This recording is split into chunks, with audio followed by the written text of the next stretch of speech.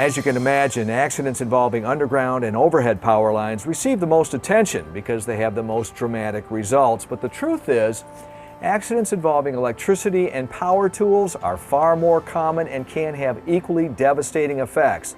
They can kill you.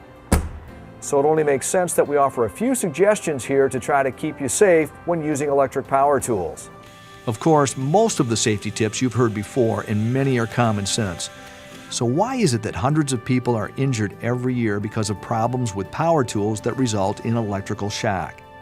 Again, there's this sense of security that we can handle a little shock and that it's not that bad.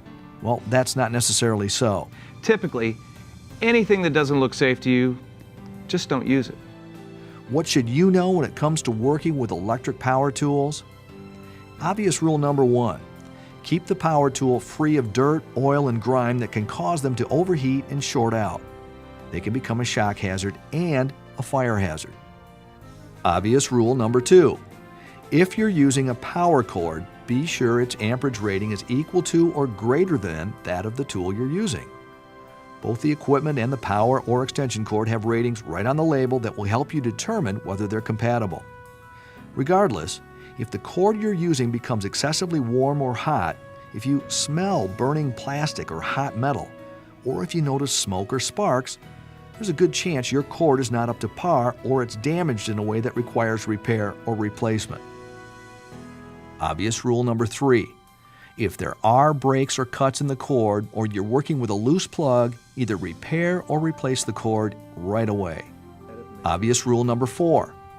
Equipment and power cords have a ground wire to provide a safe path to the ground in case of a short circuit. Never remove the ground prong, and never use a cord that has had its ground prong damaged or removed. We throw away any cords that have their grounds cut off.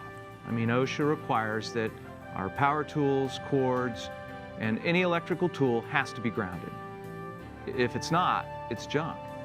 So we don't replace the caps at the end of our cords. We just throw them away. In fact, you might also want to consider using double insulated power tools for added protection. A lot of the tools today are double insulated. If you don't have a double insulated tool, it has the third prong in there for our ground.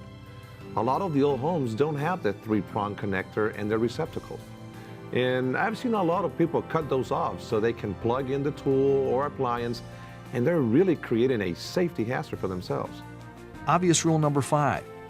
Consider your surroundings when working with electric power tools. If there's standing water in your work area, if it's raining, or if there's any chance that you or your tools will come into contact with liquids, move to a drier, safer area. And a ground fault circuit interrupter, or GFCI, should be used in all wet locations. And obvious rule number 6, whenever you're working with electrical equipment and you notice malfunctions, strange odors, or sparks of any kind, stop. Assess the condition of your equipment and power cords and repair or replace them before proceeding. It's just good common sense.